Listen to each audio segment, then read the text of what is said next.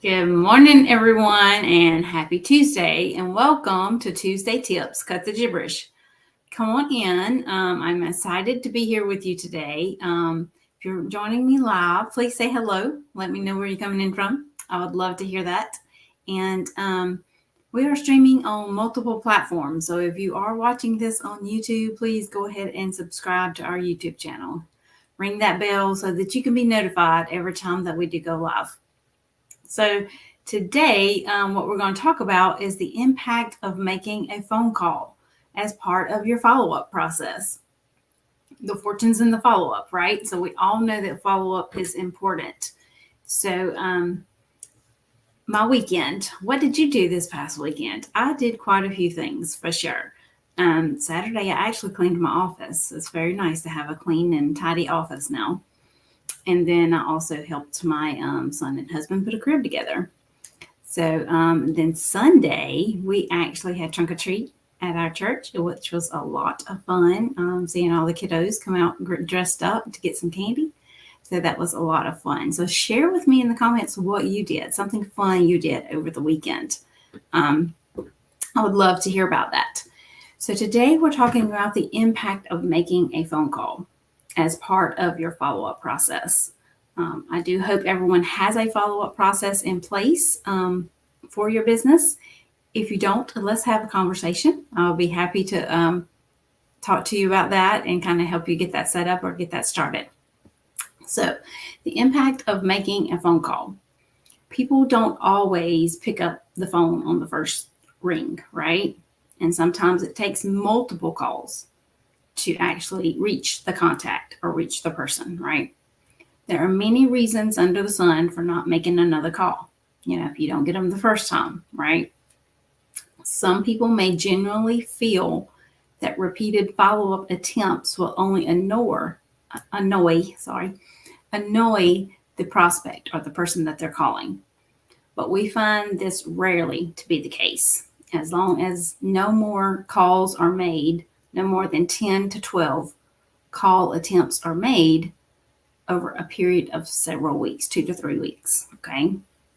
The odds of making contact or actually speaking with this person goes up with each additional call that you make. The odds of people actually making another call are also going down. Be persistent with your follow-up, especially if you're making the phone calls, because this really does pay off in huge dividends. It really does. And yes, I understand making a phone call is really old school. I get that. However, it's going to make you stand out above the rest as well, because that's not a form of follow-up most business owners and professionals use, right? So use a follow-up schedule as well. If you have been following me for a while, I always post on Fridays, Follow-Up Friday.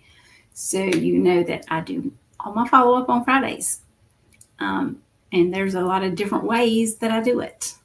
Whether it's a phone call, email, actual physical card in the mail, there's numerous of different ways that you can follow up. But today we happen to be talking about follow-up phone calls, okay? So, and no matter what type of follow-up you're doing, you can also schedule it, once a week, whatever day works best for you, or if Fridays is the best, do the follow-up Friday, right? So don't leave your follow-up to chance. Most business owners fail to invest in setting and communicating clear expectations for what good follow-up actually looks like beyond some vague generalities, right? Get specific. Create a follow-up schedule that outlines when calls and email follow-ups should be happening or should be made, right? The goal is to maintain appropriate, timely follow-up, no matter if they're ready to sign up for what you offer today or ask you to call them back in 2 to 3 months. Maybe they're not in a position, today to actually utilize or make a purchase of what you have to offer. But 2, 3, 6 months down the road, things may look different for them, right? So always follow up. Follow-up schedules can and should extend all the way out to 12 months, a full year. although the frequency of communication should change significantly as time goes on and based on the level of interest displayed from the prospect, from the person you're calling, right? So mapping out your follow-up schedule means no leads, no one falls through the cracks, okay? Use different contact forms. I just shared with you, different ways that I follow up. I don't use the exact same way every single time. So as I stated before, you can use different ways to follow up. As simple as it sounds. Use more than one way to reach out. The goal is to touch prospects in different ways in order to stay top of mind and stand out from the competition.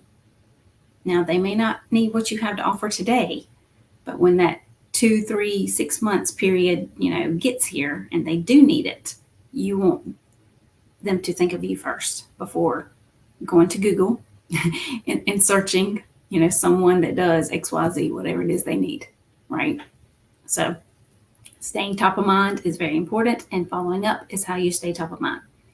So get in touch with people in whatever way works for them. If you've started a Facebook Messenger with that person, then that's where you need to communicate with them, or a LinkedIn message, whatever that looks like for you and that specific person, okay? Think outside the box. Of course, if someone generally wants you to stop contacting them, you should. If they've already voiced that to you, then absolutely don't contact them anymore. But you can often avoid getting to that point by establishing good rapport and clear expectations from the very start, okay?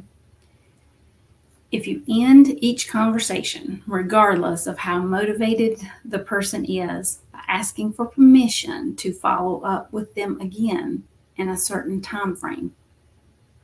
Can I follow up with you in 3 months? Would that be a good time for you? Or could I follow up with you in 6 months? Would that be a good time for you? Just ask at the end of the conversation, okay? And you'll know if you should or if you can follow up with them again in the future or not. They will let you know, right? The fortune's in the follow-up, so don't leave any of it on the table. I hope this was beneficial for you. If you have any questions about anything I shared today, please reach out. I'd be happy to have a conversation with you about your follow-up, setting up a follow-up schedule, whatever that might look like for you. Hope everyone has a great week, and I'll see you again soon.